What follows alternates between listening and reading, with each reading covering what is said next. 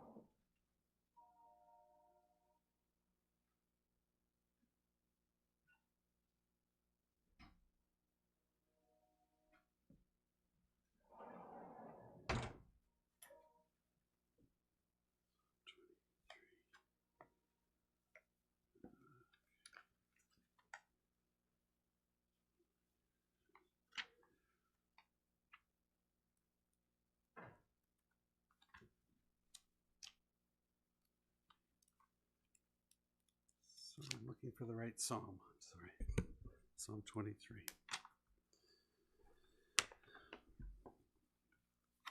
Eliezer, do we have the other?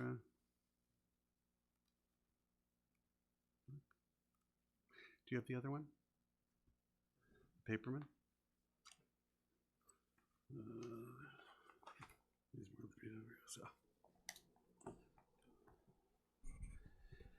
Mizmor LaDavid, Adonai ro'i lo echzar, bino desha yarbitzeni, elmein menuchot yanchaleni, nafshi yoshevev yanachi bel maged tzedek le'aman shemo, gam ki elach begei tomat lo irara ki ata imadi, shiftecha umishantecha hema yanachamuni, ta'arof lifnei shulchan neged sarai, dishanta b'shemen rosi kosi revaya, ach tov v'chesed yerdefuni kol yemei chayai, li'arach yamim.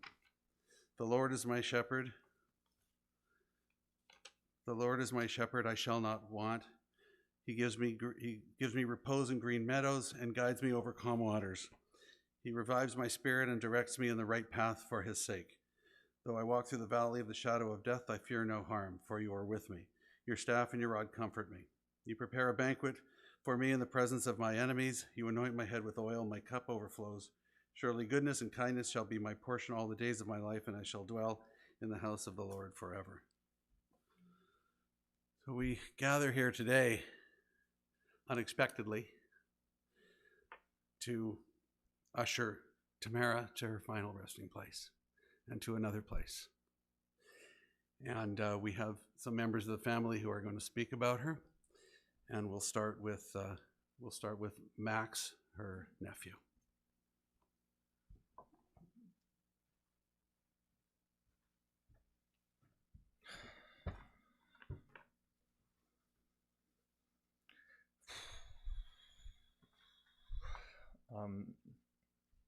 Hello, everybody, and thank you for being here. I'm okay, thank you. My name is Max. I am one of Tamara's nephews. I'll be sharing some words on behalf of our shared immediate family, my mother and her sister Anna, my grandmother and her mother Alla, my father, her brother-in-law Michael, and my brother and her nephew Roman. Let's kind of start with her life. Tamara was born in Karaganda, in modern-day Kazakhstan, on February 9th, 1957. She was born to her father Misha and her mother Alla. Tamara was the first baby in a big family to be born after the war, so her arrival was very exciting. Baba Vera, my Baba's mother, and Baba Vera's sisters all helped in Tamara's first year of life. Toma was described as a funny baby. My Baba said that whenever she saw someone with a hat, she would pat her head and want to try it on. Her sister, my mother Anna, was born over 7 years later, and as my mom would describe it as a baby, she was more of a nuisance than anything to Tamara. There are a few stories of Tamara trying to return my mom as a baby. But as they grew up, their relationship grew closer. Toma fully embraced her role as big sister, sharing her love for the arts, taking my mother to various performances and shows, a meaningful bond for them both. In Leningrad, where Toma spent her childhood, she was very, very close with her grandparents Dima and Tatiana. Dima would take Toma and Anna to their lessons, out for sweets, and for shopping. When Toma was 13, Dima bought her first pair of heels. When her father Misha came home and wanted to see them, my Baba lifted up the covers of Tamara's bed and she was sleeping in them. Another important figure in Tamara's childhood was her auntie Hannah. She was a literature teacher and always helped look after the kids. She was like a second grandmother to my Toma. In my Baba's words, Tamara had quite a good character, and Auntie Hannah was one of the only ones who could break through Tamara's stubborn ways. My family would spend summers in Ukraine, just outside of Kiev. On these vacations, Tamara organized all the neighborhood kids into performing plays. She famously once took the role of Prince Charming, returning Cinderella's shoe after the ball. Tamara and the Gunner family celebrated their holidays and birthdays with their immediate family, Uncle Isya, Auntie Sonia, cousins Dina and Yakov, grandparents, and Auntie Hannah. They were as close as family could be. Toma was a spirited teenager, and through grade school, she was a class clown. She would sit at the back of the class, entertaining her classmates. She liked history, and she was a good reader. It's a hobby that stuck for her whole life. Tamara had a very special group of friends from her school years in Leningrad, affectionately called Dievochki i Malchik, which translates to girls and a boy, and 5 girls, 1 boy. A friend group that has lasted her entire life. My family immigrated from Leningrad, modern-day St. Petersburg, to Winnipeg in December of 1977, and the freezing cold of Canadian winters could only be managed due to the incredible love and support that was received by our Winnipeg family. The Pollock family, with open arms, took every measure for our family's arrival to an unknown land and embraced us with love and kindness. They gave us a new life. This time in my family's lives was especially important to Tamara. The Pollock family, their support, the support from all her peer cousins from her time in Winnipeg meant so much to her. She held them so dearly in her heart.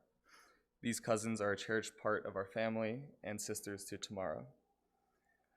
Tamara then went to the University of Winnipeg, where she studied history and acting, and those are passions she continued for her whole life. In 1983, Toma moved to Toronto. In 1988, my mother joined her and moved in with her sister at 22 Walmer Road. Shortly thereafter, my mom met my dad, and Tamara loved Mike from the moment she met him. And the feeling was mutual. Tamara quickly became an essential part of both my mom and my dad's lives. While in Toronto, Toma worked at Lee's Palace. It's a landmark bar in Toronto nightlife scene. It was an institution. She was there for the breakout tour for some of the most notable acts of the 80s. Blue Rodeo, Tragically Hip, Red Hot Chili Peppers. She was always game for a great time. There's stories of her carrying speakers back from Lee's Palace to 22 Walmer Road to throw parties, and Toma knew how to throw a great party. Tamara moved to New York in the early 90s, where she pursued her dream of acting and her love of theater. She made some incredible friends there. The Whitehead family became a second family to her, and she returned yearly to celebrate Thanksgiving with Zoe and family. She loved Zoe so much, and the Whitehead family treated Tamara and her immediate family with so much love. During a family trip that I got to be a part of in 2010, they offered to ship their baby grand piano back to Vancouver with us. We had to turn it down because the piano was larger than our entire living room or Tamara's apartment. When my mom had her babies, my brother and I, and our grandparents moved from Winnipeg to Vancouver to be closer to family, Tamara knew the next place she would call home would be here. We can't say that she immediately loved it. She's a big city girl, and she found much of Vancouver too small and quiet. But over time, she grew to love it by exploring new interests and passions, but most of all by embracing the deep love she had for family and the many friends she made over 20 plus years here. Tamara worked in sales for a very long time and had a close connection to the family at White Ocean Gallery. It was always such a treat for me personally that if I found myself on Granville Island during the summer, I could stop into the gallery to see my aunt, and she would show me around the store and catch me up on all that was going on that day. Over the past few years, a very large part of her life was working with the Vancouver Civic Theaters. She felt so lucky to be working that job. I can't tell you how many times she would tell me over dinner about some amazing show she got to watch for free, or even better, got to watch while working. She loved working with the people of Vancouver Civic Theaters, and she loved the spark that working with so many young people brought to her life. She had always been up to date on trends in pop culture, so it was a natural fit for her. We loved her every quirk, like how she loved shoes but never once owned a pair of runners. She was a trendsetter, not a follower. My mom made sure to point out that she never bought a dress that she didn't then modify or wear backwards or find a way to make more interesting. She was colorful inside and out. She always stood out in a crowd. literally. We've all been looking at the photos. Her passion for fashion, cinema, theater, and travel was infectious. She was an incredible storyteller and so funny. She could mesmerize you for hours, leave you wanting more. She was so well read and had held firm beliefs about politics, social issues, and what was right and wrong in the world. At our weekly family dinners, Tamara was always ready to engage. We will remember our many conversations. She loved being expressive and having some good-natured discussions and a few arguments. She was a very proud Jewish woman. She was very proud to be a Jew. Alongside my mother and grandmother, Toma will forever be a pillar of my connection to my Jewish identity. Sharing holidays with her was so very special. She was a role model. Wherever she went, she would build community. Again, you can just see. For her entire life, she's been a big supporter of the queer community. She was unforgettable, had a unique capacity that if you met her once, you would not soon forget who she was. She impacted others through laughter, her own curiosity to find out more about others, and her incredible generosity. She was always so generous, beyond her means. We have been touched by Tamara's generosity, and her generosity shone within our family. She spent countless hours looking after Gappa, my grandfather, during the last 10 years of his life at Louis Breyer Care Home. She was an incredible companion and wingman to my grandmother, Baba. Tamara turned my 93-year-old Baba into a fashion icon.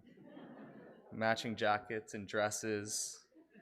The two of them could be found on outings to the theater and symphony. For my father, her vibrance and that ability to build a life of great friendships, laughter, held his admiration. She taught him early in life to respect mornings, who would dare call before noon, focus on waking up and having your coffee.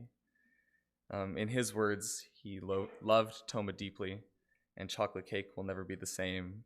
I would eat the cake, and she would eat the icing. For my mom, in all the ways that words cannot capture, Toma was and will always be her big sister. And finally, as her nephew, I want to share about Tamara. Toma was my brothers, Roman, and my aunt. And I think more than just being our aunt, she really identified with that title. It was who she was in so many ways. If there was a kids' table at a family gathering, she wanted to be the fun aunt to sit there and chat with us. She would champion anything my brother or I wanted to do in this life. She would clap the loudest at the end of any performance we gave. It was so ingrained into her identity that as a child, when I couldn't really pronounce the distinct words of Aunt and Toma, she became the moniker Aunt Toma, one word. She preferred it when we referred to her as Aunt Toma to this very day. I'm lucky enough to have so many incredible memories with Aunt Toma, and as heartbroken as I am today, I can't help but feel so much joy, laughter, and love resonating from those memories as I reflect on them. It would take a very long time to recount even a fraction of those memories, but I have one which I would like to share that I think helps describe the special person she was in my life. In 2018, I decided to backpack across Europe with my close friend Andrew. At the end of our trip, we decided our final stop as a duo would be to fly to St. Petersburg, where my immediate family would eventually meet us. Andrew would check out the city, but leave in time to give my brother and I an opportunity to be with family and experience where my mother, aunt, and grandparents lived so many decades ago. Just so happened to work out that my Aunt Toma would be flying in a few days earlier, a few hours after Andrew and I got into town, leaving a few nights of overlap where it was just the three of us. On the very first night, Aunt Toma grabbed us and told us she was going to take us out for dinner. We hit the town. I forget exactly where we went, but it was a popular location. Lots of people inside, lots of young people inside. We were waiting in line and chatting, maybe deciding what we would order.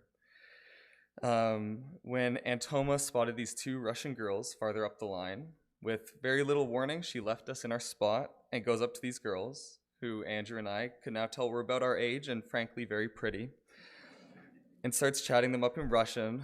They're just instantly going back and forth, yapping and sharing so much energy. They were laughing. Andrew and I watched from afar. And then at a certain point, the conversation got a little bit more serious, as if Antoma was asking them something important.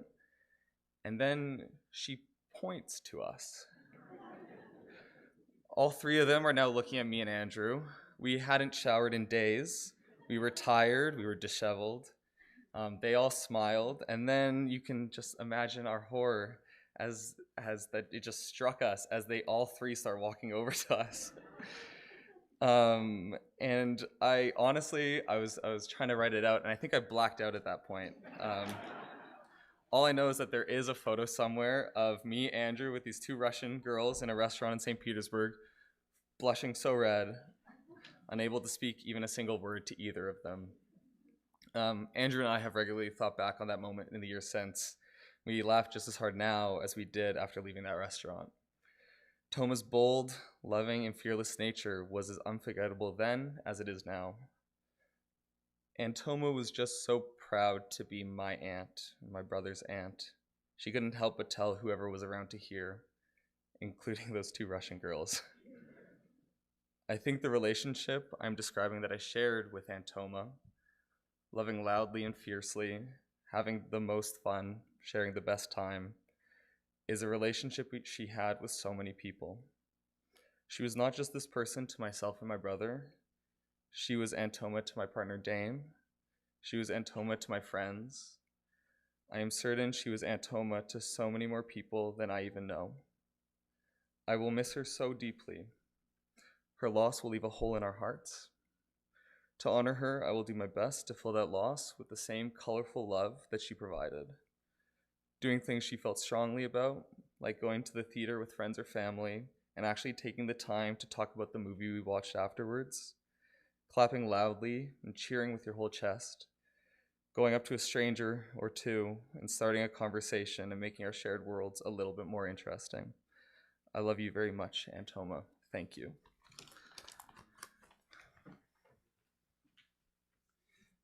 Thank you, Max. I'd now like to ask Jackie Adamthwaite from the Vancouver Civic Theatres Group to come forward and say a few words.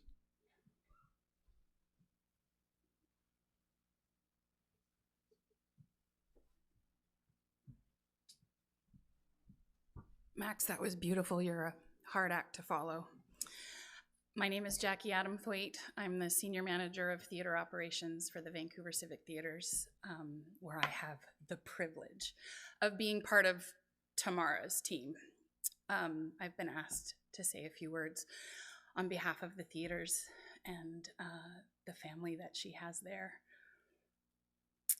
Tamara had a gift, not just as an ambassador for the theaters and the city of Vancouver, but as the hostess with the mostest, as she welcomed patrons into any of our 4 venues on any given shift, whether she was working as a ticket taker or an usher or at coat checker sales. She led with joy and with her whole heart and welcomed people as if she was bringing them into her own home. She extended that gift not just to the patrons of the Vancouver Civic Theatres, but to everybody who worked there. In the 2.5 years that I have been with the Vancouver Civic Theatres, it became very clear to me she is the connective tissue. I say is, not was. She is the connective tissue of our department, of our team, of our theater family. And the staff have done a beautiful job in the last few days of really holding each other up and showing up, because Tamara would have showed up, and of being kind and of being generous and of being gracious, because Tamara would have been kind and she would have been generous and she would have been gracious. We gathered at the briefings the last few days. We've had shows to do, and Tamara should have been there with us. And as we gathered at those briefings, through tears and stories, Some of the stories I had heard before, and some of the stories were mine, like how Tamara never once in 2.5 years ever got her dress code right. Literally until the last shift I worked with her, which was on, I don't know, a Sunday ago, 2 Sundays ago at the Orpheum, and I clocked it. I clocked it from across the briefing. Tamara, dress pants, vest, clothes, tie, name tag.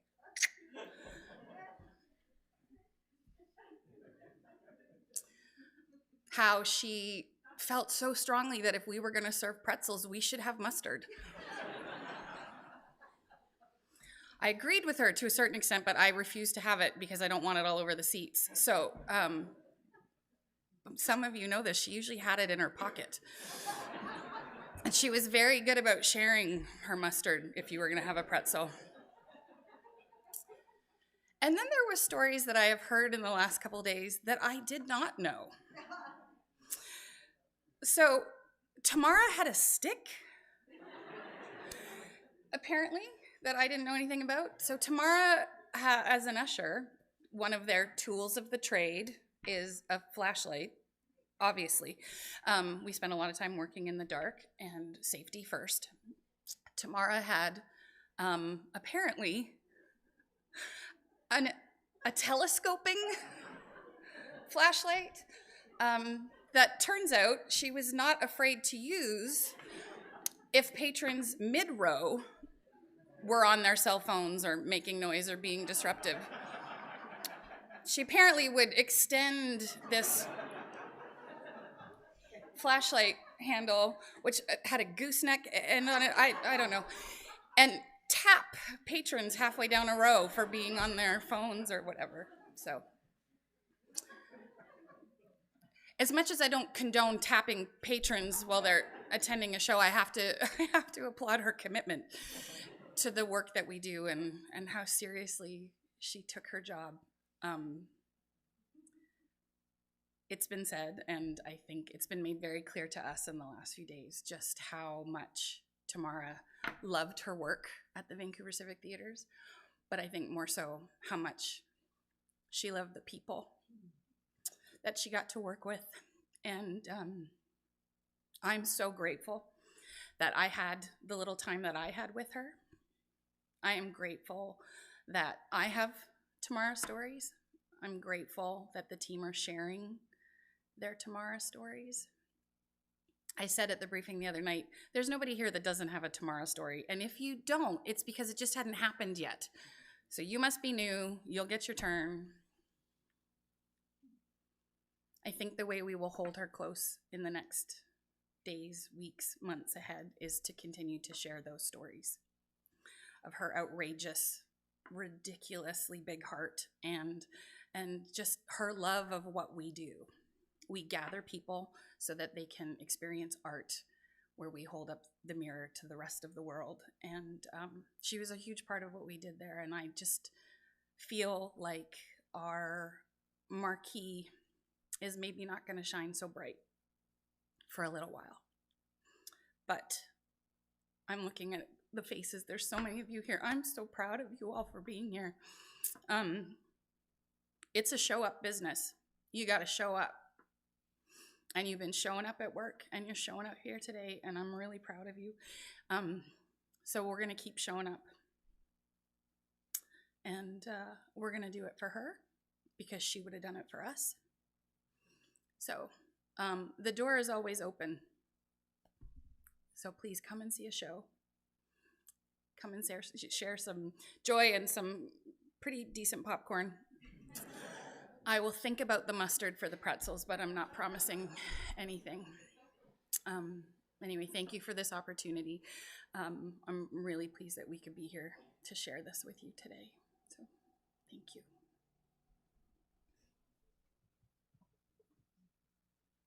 Thank you. And Dina Chochinov, who's a friend, is going to speak. I hope I said that right. I got it right. Okay, I want to make sure because we talked about it before. Nice, thank you.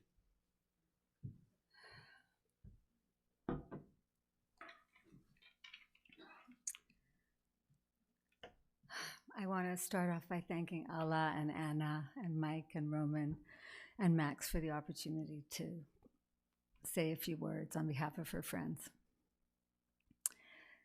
So Simone Weil, a famous Holocaust survivor, politician, and kick-ass feminist said, "Attention is the rarest and truest form of generosity." We honor Tamara and express our gratitude for all the generous attention she gave to us, her beloved community of friends. I'm here representing just some of Tamara's closest friends, but there are so many more of us joining from afar and here in this place today who we include in this tribute. Wherever Tamara lived, she created deep and long-lasting relationships that transcended time and space. Once a friend, always a friend. How lucky we have been. How do you describe the force of such a presence? When Miriam, Rochelle, Sherry, Anime, Marlene, and I gathered on Friday, our stunned silence and our crippling sadness gradually moved into a recitation of the qualities that drew us to Tamara almost 50 years ago, and have held us captivated in her sway ever since. Her magnetic charm, her warm hospitality, her unique style, her passionate interest in people, politics, the arts, history, her curious, unpredictable, yet analytical mind that led to very strong opinions, her insane work ethic, and her acceptance of and devotion to those she loved. Here are just a handful of the thousands of stories each of us could tell that give life to this list. In the 1980s, Tamara shared a place with Marlene and Miriam, introducing them to cleaning supplies. One day, she called them over to the washroom, pointed, and asked, "What's this?" Mir said, "It's a toilet." And Tamara said, "How do you think it gets cleaned?" They remember how she used to stand at the stove in a Clifford's housecoat, cooking coffee in a pot the old-fashioned way, making yogurt pancakes from scratch, and smoking a cigarette after the meal to ensure regularity. The three of them were famous for their wild Winnipeg parties, legendary, really. 100 people or more, loud music, dancing, drinking, fun for hours and hours, and inevitably, one of the neighbors would call the cops. By the third party, as the police were walking up to the house, one of the officers started with, "Hi, Tamara," before he asked the girls to close it down. In the 90s, Tamara was my roommate when she first arrived in Vancouver. This was her attempt number one. As many of you know, she had a real love-hate, love-hate, love relationship with this town.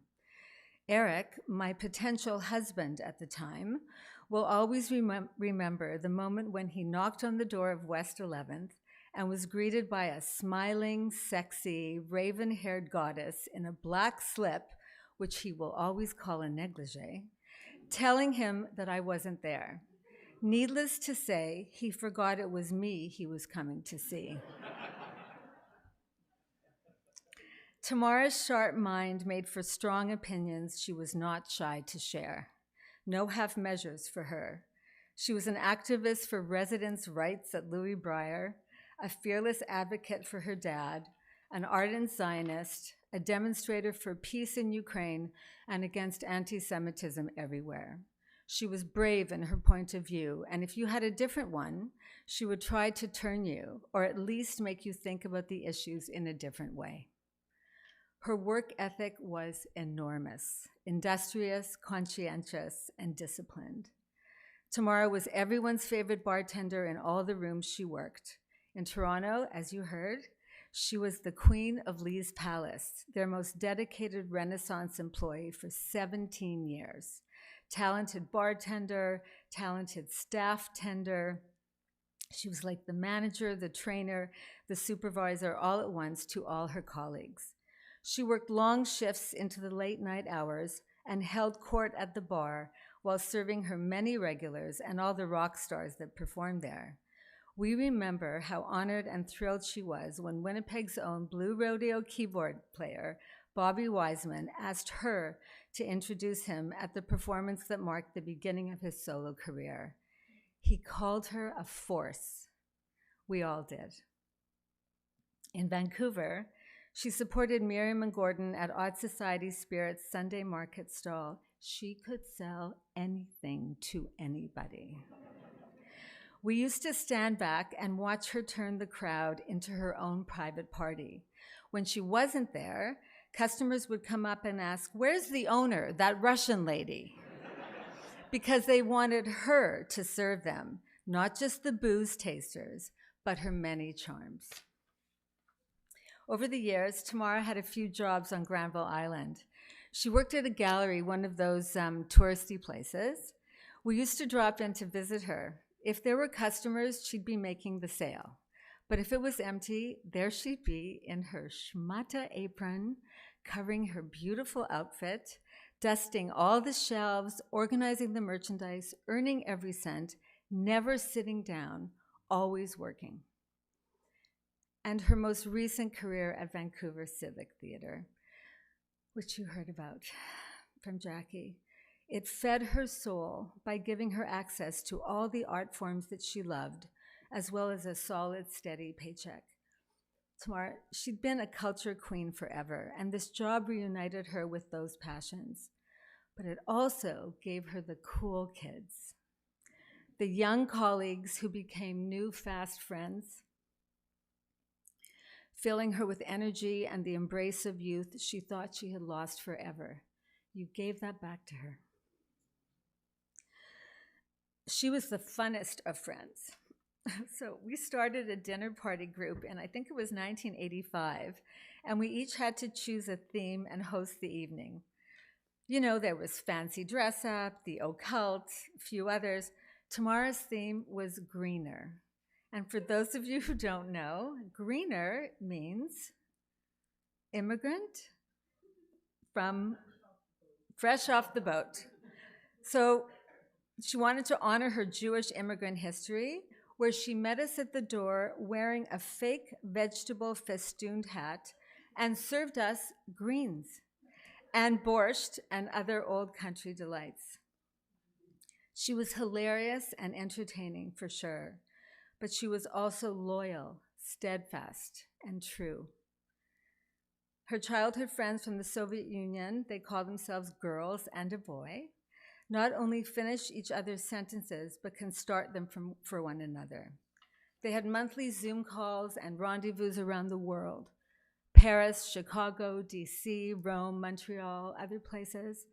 In Alaska Alla's words, they had a lifetime of stories, decades of laughter, and made 61 years of memories. Tamara was generous with her time for all of us. She held our confidences, was proud of our accomplishments, and pained by our disappointments. She made and repaired our jewelry, told us what shows to watch, critiqued the latest films, and was game for everything. Everything except exercising. She had constancy. No matter where I was in the world, she never, ever missed calling me on my birthday. I know that was the same for you. She didn't discriminate in her love for us and naturally gathered a coterie of admirers of all ages and styles and classes and backgrounds. She danced with Rochelle's old Uncle Sid at a family wedding. She always asked about and spent time with her friends' kids, giving them her complete attention. And we know how much love and attention she gave to her nephews. At my first wedding, she charmed a little 9-year-old girl and became her dancing partner. To this day, Ryla remembers it as one of the most exciting nights of her life, and that Tamara wore gloves. Yes, she wore cocktail gloves inside and looked like a Russian Audrey Hepburn. She made her dreams of becoming a Marilyn Monroe platinum blonde reality. She turned heads wearing the puffy pink coat, the puffy orange coat, the puffy green coat, the fabulous French beret on the Champs-Élysées, the bikini on the beaches of English Bay, a Frida Kahlo-esque rainbow-flowered crown while marching in the Pride Parade. Those wild pantsuits that were really, I think they were pajamas. But like no one else in the world could have gotten away with that outside. The vintage, silky slip dresses, her silver hair, her red lips, her flashing smile. God, even in her Vancouver Civic Theatre uniforms, she was a fabulous fashionista in a city of fashion criminals. Every time we saw her, we were in awe, wishing we had her style, her groove, her panache. That style and moxie and courage and strength made her entrance into the New York chapter of her life quite smooth, actually. She found her community early after she met her friend Sam Whitehead in an acting class at the neighborhood Playhouse School.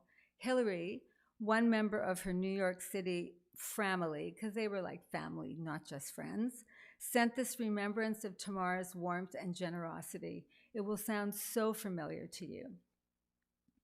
She said, I met Tamara in the late 90s when she was living in New York, and we became fast friends. She was unlike anyone I'd ever met, a beautiful Russian goddess who dropped words like the and all the time. I will meet you at bar. Smart, funny, and hardworking, she was strong and resolute, but had a heart as big and wide as an ocean. Tiny but mighty, she called the shots, and she made us feel that we mattered. She made us feel that we mattered. When my 6-year-old daughter told Tamara she was sad that she was the only one of her siblings who didn't have a middle name, Tamara said, "You will have middle name. What name do you want?" India said Rose, and Tamara then said, "Then Rose it is. You now have middle name, India Rose." And it stuck. That's the kind of thing she did for all of us. She marked us as important, valued, loved. Such spirit, such joy, such love for her friends and her family. She's left an indelible mark on all of us and will forever live in our hearts. We are all devastated. We are all broken. We can't possibly imagine our lives without Tamara. So here's my wish, that with the passing of time, the shock and the sadness will subside, and we will be left with the brilliantly bright surrounding glow of gratitude for the gift of her friendship and for all the memories we made together. As Brenda said, Tamara is not every day or once a week. She's a once-in-a-lifetime opportunity, a personality so vast, there isn't a box in the world in which it would fit, never to be repeated.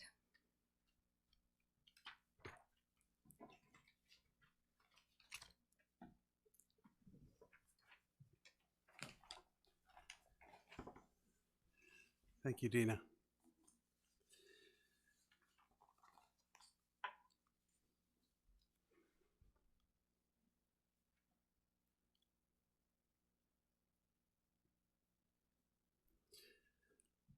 The challenging part of my role is not just that I have to be here today, as we all have to be here today and what we have to do, but having to speak about somebody who I did not really know and I would have met only once before. And that was just a few months ago when her father passed.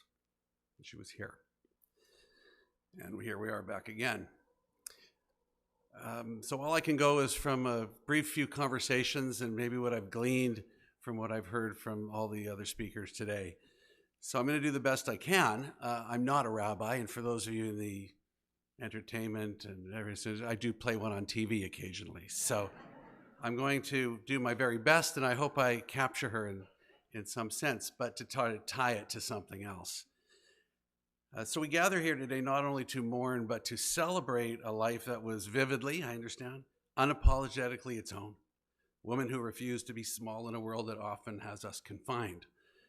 She was a free spirit, an artist, whose stage was life itself, an actress who embodied roles with joy and depth, and a bartender who listened as deeply as she poured. She made room in her laughter, in her warmth, in her presence for every soul that needed a moment to be feeling that they were seen.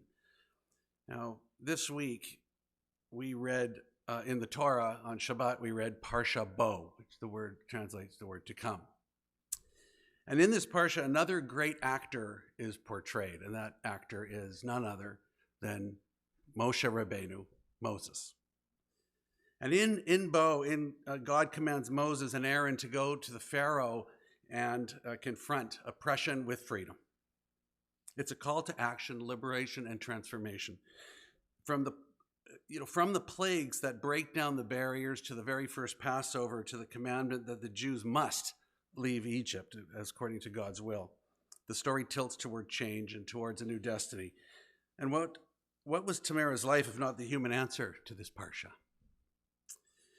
She came into every room, as I hear, with presence, unafraid of shadows and unafraid of light. She went where her passion led, creative stages, late night conversations, and quiet corners of belonging. She liberated moments with her smile, with her understanding of another's heart, with the way she made you feel like you mattered. Am I hitting it so far? Good. Now, the Jews faced the impossible, hardened resistance and fear of the unknown in the wilderness as they would leave Egypt. And yet the Torah urges them to go.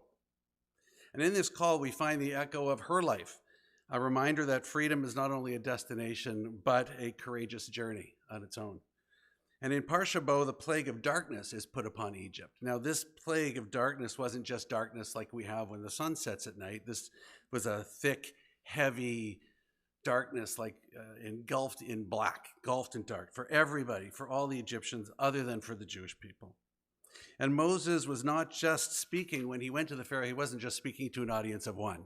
He was also speaking to the Jewish people themselves, because God could have taken the Jews from Egypt without a single plague being cast upon the people of Egypt. I mean, God is God and the Pharaoh is just a man. So why did God have to send Moses to be his voice and advocate, to ask for permission for the Jewish people to leave? And it wasn't really because they needed Pharaoh's permission.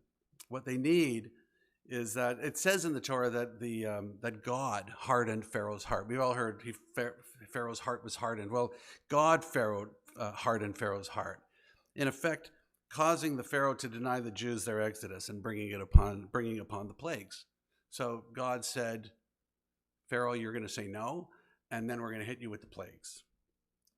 And without the plagues, the Jews would not have seen that God was truly there. After generations of being enslaved, the Jewish people might not have even believed there was a God.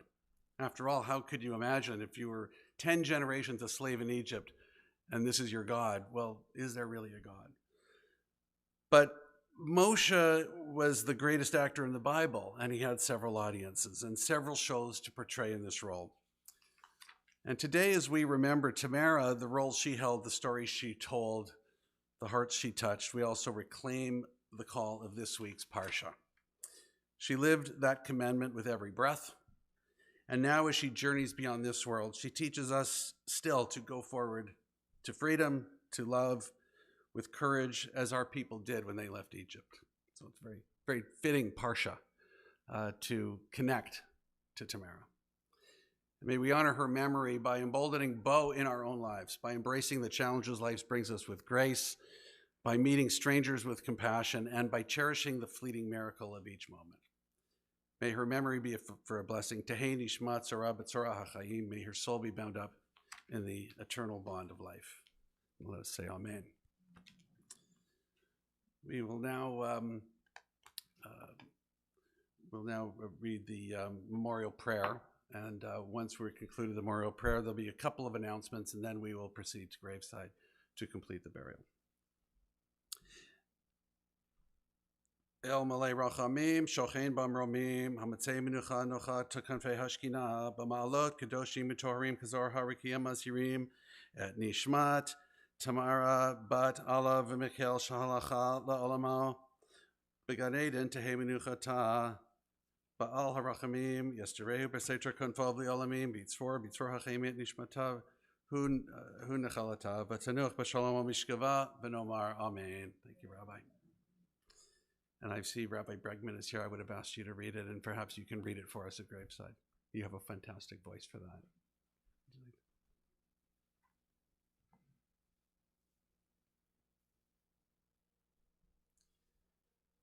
We've already read it in Hebrew once. If you'd like to do it in Hebrew again, you're more than welcome to. Want to do the English? Do the Hebrew again and then the English. Okay. He does it much better. I know. Where's her Hebrew name? Tamara, but Michael. Okay. It's not written. Please rise.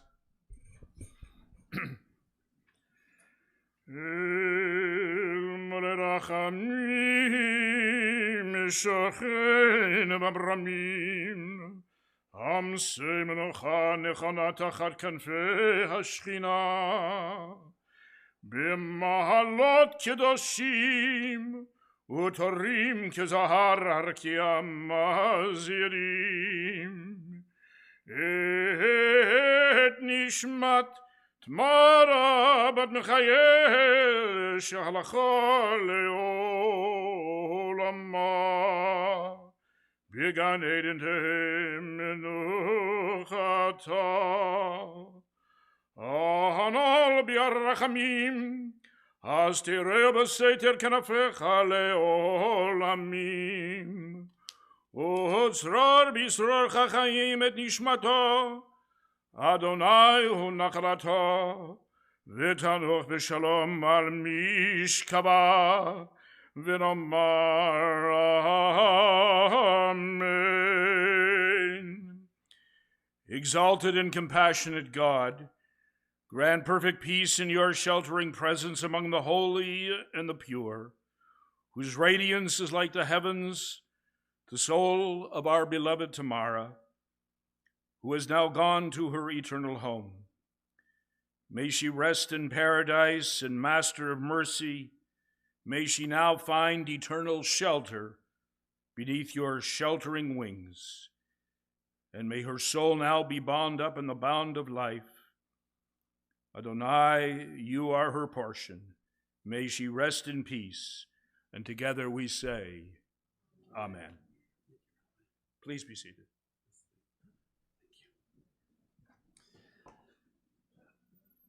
After we have, we're now going to prepare to go up to the graveside where we will conduct the burial. In the Jewish tradition, we don't simply leave this to others. We do this for the one that we care for and that we love. The act of actually performing someone's burial, as we call it, is a chesed shel emet, the truest act of kindness. This is something that you can do for Tamara that she can never repay you for. So this is why we do that. And we do that by placing earth into the grave after the casket has been lowered into the ground. And we will fill as much of the grave as we possibly can. We do this a little bit. We'll go over this again at graveside, but we don't use the shovel in the normal fashion. We turn it around and use the back of the shovel for the first parcel of earth that we place into the grave, because we're not using it like any other tool that we would use for not so important a purpose. We also don't hand the shovel from person to person. We place it back in the pile, and the next person picks it up, because we don't hand this off to someone else to do. Before we take leave of this room and go up to the graveside, I would just like to mention that the family has asked that anybody who would like to, after the service today, spend time with the family, you are welcome to gather at 2857 West 8th Avenue. I've been told specifically to say that parking is difficult around the house, so please plan ahead or find a space. But nonetheless, 2857 West 8th is where the gathering will take place after the service. And now I should also mention, if anybody has a mobility issue getting up to the graveside, we do have a golf cart outside that can take you there. At this time, I would call on the pallbearers to come forward, put on your coats, and we will proceed to graveside.